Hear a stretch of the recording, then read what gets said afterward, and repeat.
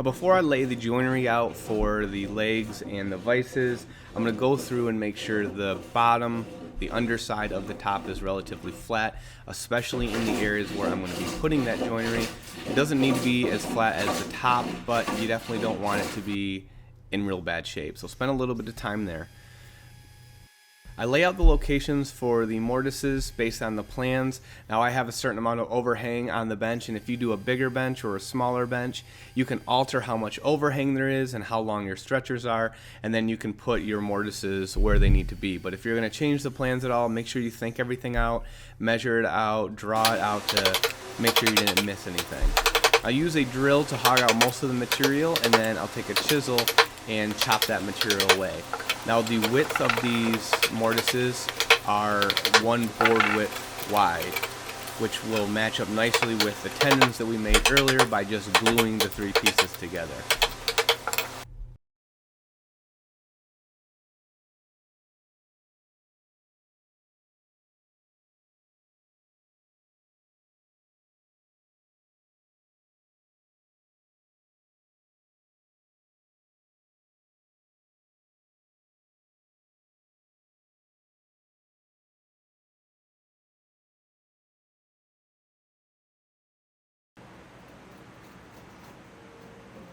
This section here, you're going to see me cutting the bottom chops to the final width. My chops are going to be 32 inches wide, so I glued these pieces. I made these pieces a little bit long earlier on so that I could cut them down to the exact width. You won't have to worry about this because if you're following the plans, you'll actually glue these pieces on later on, and you won't actually have to cut this out. So it's yet another reason why gluing them on after is, a better method than starting with a solid piece like this. After I cut this inside piece away, then I'll cut out the section for where the leg needs to recess into that chop so that I can cut out the mortise, and you'll see that here in a second.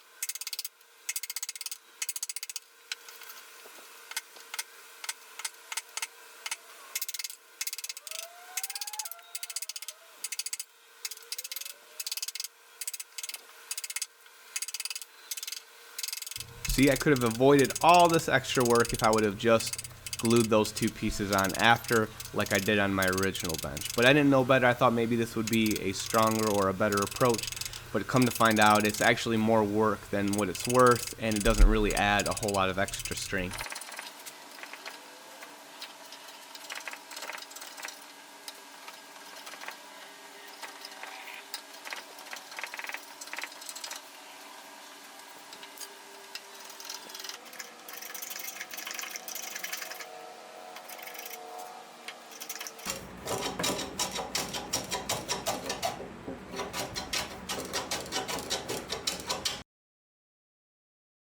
Now that I finally have all that material removed, now I can take my drill again and bore out the waist and chop the rest of that mortise.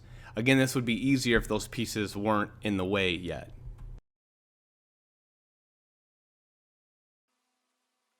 Now I'm going to route out the groove for the sliding dead man. Now I'm making that groove 3/4 of an inch wide, and I'll make this cut. I have a straight edge guide on my router, and I have it set the proper distance away from the face of the edge of the bench top, and that information is in the plans. And I do this in a couple passes because I'm going 7/8 of an inch deep, and that's asking a lot to cut through hard maple and 3/4 inches wide. So I do that, I think, in 2 or 3 passes. So definitely don't try doing it in a single pass because it's really asking too much for the router.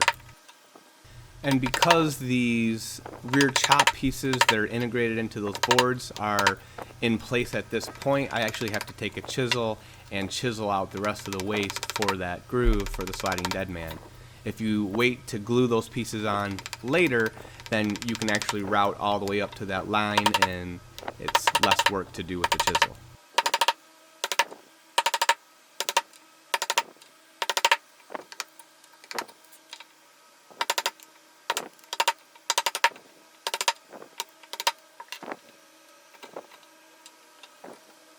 Now I take my drill again and drill out this square section, and the reason it's square like that is because the nut on the back of the twin screw needs to kind of drop in there so it can fit in its hole that you drill into the chop. And then there's a longer channel for the screw on the twin screw to recess in, but don't cut these channels if you're not going to use the Veritas twin screw. Follow whatever directions for whatever vise that you're going to get. I'd also recommend trying to get the vise that you want to use beforehand and plan that all out. Alright, I'm going to show you how I will set the depth of this router really easily. You might already know this, but in case you don't. So what I'll do is I'll drop this bit down till it touches the surface of the wood. And then I'm going to drop my depth stop down till it touches this top pillar here. And this little there's a little indicator on here. I'm going to just set that to 0 and just moves really easily. And then I'm going to loosen this back up, raise it 1 inch, which is the depth I want, hold it in place, and retighten it. Now it'll let me drop this. When I plunge, there's an inch gap between there, and so when I plunge, it'll plunge down to 1 inch. So I'm going to route out these channels for the screws on the twin screw now. Now the sides of these channels don't need to be perfectly straight.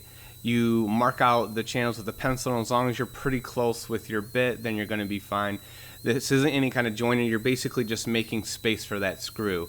I also cut this again in multiple passes. I go about 1/2 inch down on the first pass, then drop it the rest of the 1/2 inch to get myself a total of 1 inch deep on this channel. That square channel that I cut with the drills first, and I have to chisel that waste out, that's more like that's over 1.5 inches deep to make room for the nut that goes in there later. Then I just take a chisel and kind of clean up the edges. Again, they don't need to be perfect. You're just kind of making space for the screw.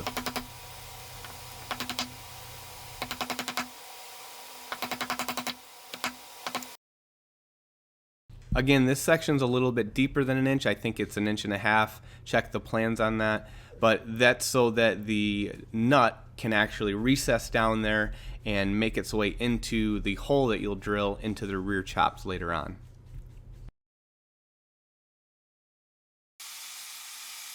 I'm making the chops out of 8/4 maple instead of 6/4 like the rest of the bench. So I'll cut those to rough length on the miter saw.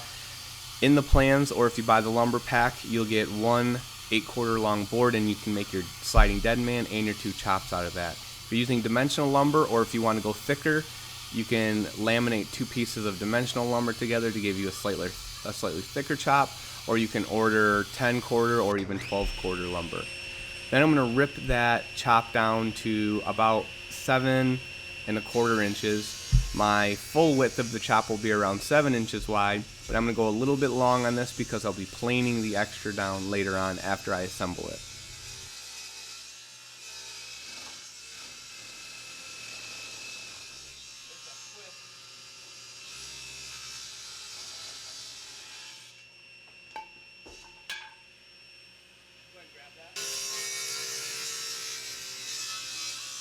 I go ahead and cut both chops and the sliding dead man at this point. The sliding dead man is going to be 8 inches wide.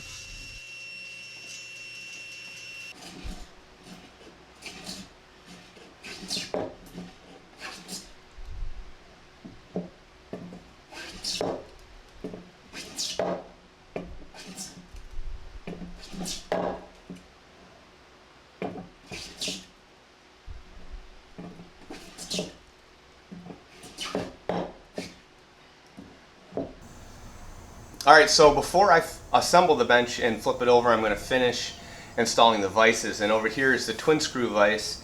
And what I did is I marked out where I want the screws to go through. I cut out the grooves for those screws a little bit earlier because I don't want this vise to be too far below the bench. When you have a big thick top like this 4-inch thick top and you bolt it right to the bottom of that, then your vise might end up racking a little bit because there's so much distance between the screw and the top of the bench. So what I did is I'm recessing those screws into the bench top a little bit.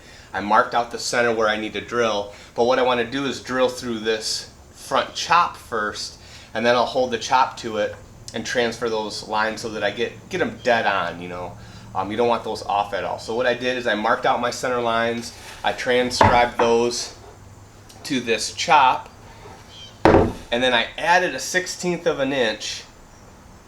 Basically, this is the top of the chop. I lowered that mark a 1/16 of an inch so that when I install this chop on there, it'll be proud of the top a 1/16 of an inch. Then I can take my hand plane and plane it flush. So I'm going to take this over and drill those holes out, bring it back over here, raise up my bench, put a little shim underneath there so that it's about a 1/16, then drill through, and then I can install my vise. I won't go into a ton of detail on the layout of this vise. All that information comes with the vise if you order it, where to drill the holes, what size holes, everything like that. But try to use a drill press if you can so you get a nice straight hole with a backer piece on one side so that you don't tear out the far side.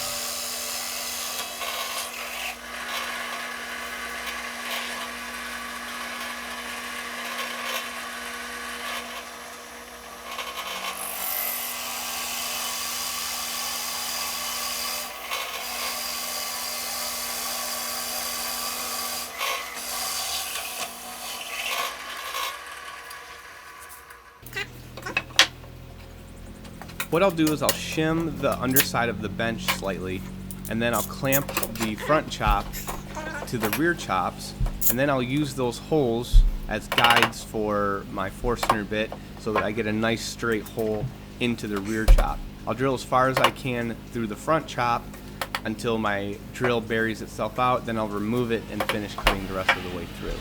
I really try to focus on getting a nice straight hole here. I'll even get your buddy or your wife to look along the drill bit horizontally to make sure that you're not off up or down, and then you can look down and make sure you're not off right or left.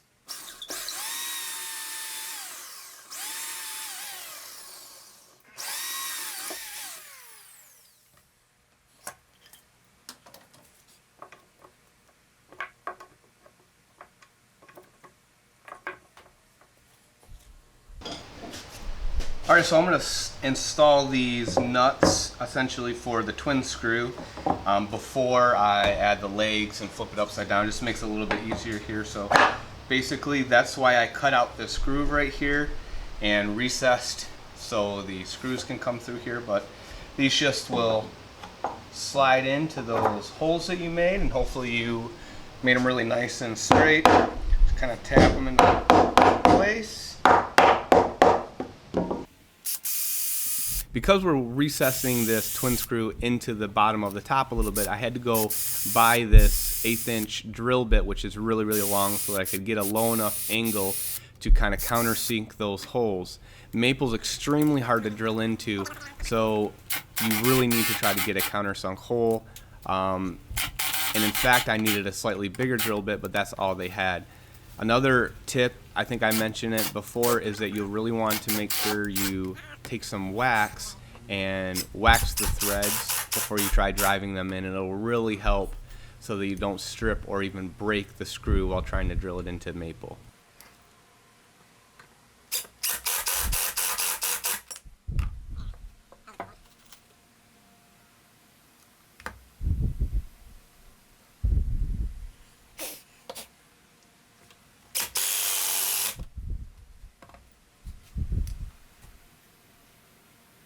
For for this nice Veritas end vise, I'm going to actually route out kind of a big housing right here that's going to be 1 inch deep, because I want this vise to be a little bit closer to the top.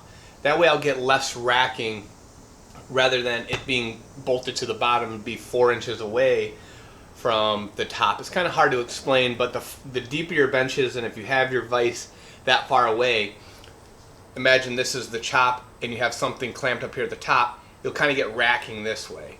The closer the screw is to the top, the less racking you'll have. If it's down here, it'll kind of rack. So I'm going to try to prevent that a little bit. It's not that big of a deal because I'm not using this as my main vise. I'm using this mainly to pinch wood to the surface between two dogs. But I'm going to go ahead and route this out and give that a try. I didn't do that on my last bench. It worked just fine. But I'm going to try it on this one and see how it goes. For this housing, I'm leaving about 1.5 inches between the housing and the edge of the bench. And you want this nice and parallel to the edge of the bench so that when you mount the vise, the chop will line up nicely with the end of the bench.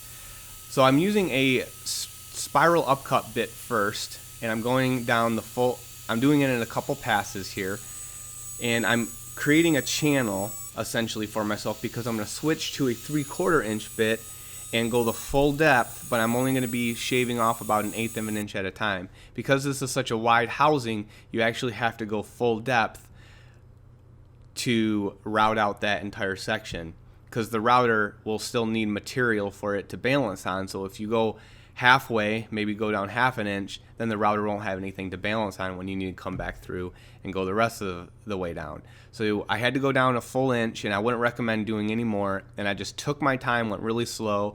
It took a while. It was vibrated the heck out of my hands. It was a pain in the butt, but I did get it done, and I like the outcome. Then after I route out that channel, I'll take an orbital sander to the inside and kind of smooth it out. And then I will cut out openings so that the rods on the vise can make their way through. Then I'll mount that vise according to the plans that come with the vise and the templates, and good to go. I'll end up mounting the chop to that vise, and just like you do the other one, and it works great.